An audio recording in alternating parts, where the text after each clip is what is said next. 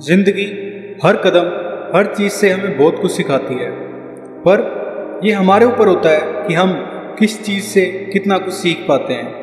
कहते हैं कि फिल्में समाज का आईना होती हैं, लेकिन कुछ फिल्में ऐसी होती हैं जो यकीनन ज़मीनी हकीकत को बड़े पर्दे पर उतारने में कामयाब हो पाती हैं।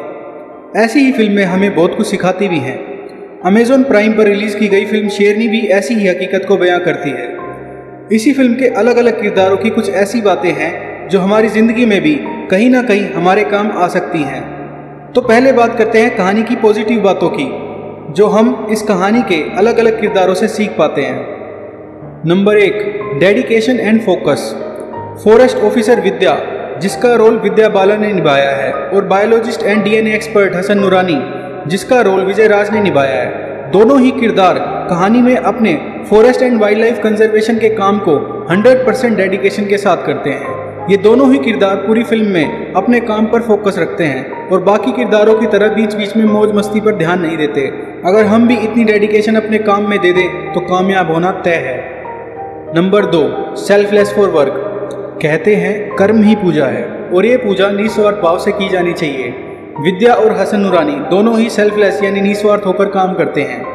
ये ना सिर्फ जंगल और जंगली जानवरों को बचाना चाहते हैं, बल्कि साथ ही साथ आसपास के गांव वालों की समस्या भी सुनते हैं और बिल्कुल निष्पक्ष होकर गांव वालों को हमेशा ही सही सलाह देते हैं, और उनके लिए अलग से पालतू पशुओं को चराने की जगह का इंतजाम कराने की भी कोशिश करते हैं। Number 3, be a thinker. गाँव वालों को पशु चराने के लिए दी गई जगह पर सरकार ने सागवान के पेड़ लगा दिए, जिसकी वजह से उन्हें अपने पशुओं को लेकर जंगल में जाना पड़ता है, और वहीं गांव वाले शेर का शिकार बन रहे हैं। सभी गांव वालों में से ज्योति नाम का किरदार ऐसा होता है जो इस समस्या का सही ढंग से एनालाइज करती है और फॉरेस्ट ऑफिसर विद्या को एग्जैक्ट प्रॉब्लम बताती है। साथ ही साथ वो बाकी गांव वालों को किसी के भी बहकावे में ना आने की भी सलाह देती है।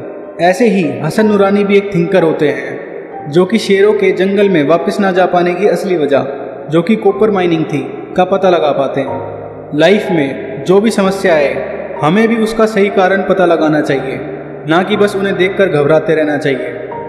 अब बात करते हैं उन सब नेगेटिव बातों की जो हमें इस कहानी के कैरेक्टर्स में देखने को मिलती है, लेकिन ऐसी बातों से और ऐसे लोगों से हमें खुद को जितना दूर हो सके उतना दूर रखना चाहिए। Number 1, do not B credit hunters.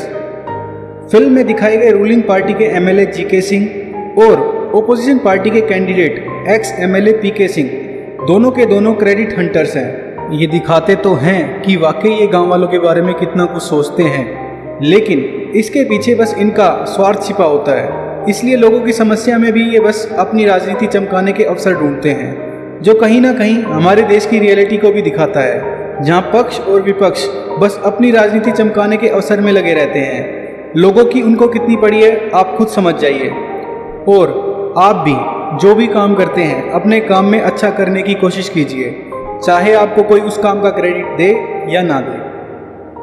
Number 2, do not be like sheep. इस कहानी में बस ज्योति जैसे कुछ चुनिंदा गांव वालों को छोड़कर सब के सब किसी न किसी के बहकावे में आ जाने वाले हैं। इन्हें अपने लिए क्या सही है क्या गलत कुछ भी समझ नहीं आता, बस जहां इन्हें भीड़ ज़्यादा दिखती है ये वहीं के हो लेते हैं। ऐसे ही हमारे देश में मीडिया पूरे भारत को अलग अलग तरह की गलत बातें सुनाकर बहका रहा है। इसलिए आपके लिए क्या सही है क्या गलत आप खुद समझिए और किसी के बहकावे में मत आइए।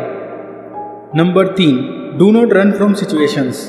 इस कहानी में बंसल नाम का एक किरदार दिखाया गया है, जो कहने को तो फॉरेस्ट डिपार्टमेंट का हेड है, लेकिन हर समस्या से बस भागता नजर आता है। उसने पूरी फिल्म में एक भी काम खुद से नहीं किया। वो तो हर काम के लिए कभी रूलिंग पार्टी के एमएलए, तो कभी हंटर पिंटू भैया, तो कभी विद्या, तो कभी अपने से भी सीनियर्स पर ही डिपेंडेंट नजर आता है। अगर आप भी अपनी सिचुएशन से भागते रहोगे तो आपको भी हर समय किसी ना किसी पर डिपेंडेंट रहना पड़ेगा, फिर चाहे आप किसी भी पोजीशन पर क्यों ना काम करते हो। इसीलिए do not run from situations. तो ये थी वो सब चीज़ें जो इस फिल्म से मैं एनालाइज कर पाया। अगर आपने भी ये फिल्म देखी है और लगता है कि कोई और भी ऐसी चीज़ है जो रह गई है, तो आप कमेंट सेक्शन में ज़रूर बताएं। आशा करता हूँ कि ये वीडियो आपको कुछ काम की लगी होगी और पसंद आई होगी। अगर आपको ये वीडियो पसंद आई है तो अपना प्यार लाइक बटन को दबाकर दिखाएं। आगे भी ऐसी ही माइंडफुल मोटिवेशनल वीडियोस पाने के लिए चैनल को सब्सक्राइब कीजिए। अगर ये वीडियो किसी का भी जीवन 1% भी बदल सके तो उसके साथ ज़रूर शेयर कीजिए। आपके कोई भी विचार हो या सुझाव हो तो हमें कमेंट सेक्शन में ज़रूर बताइए।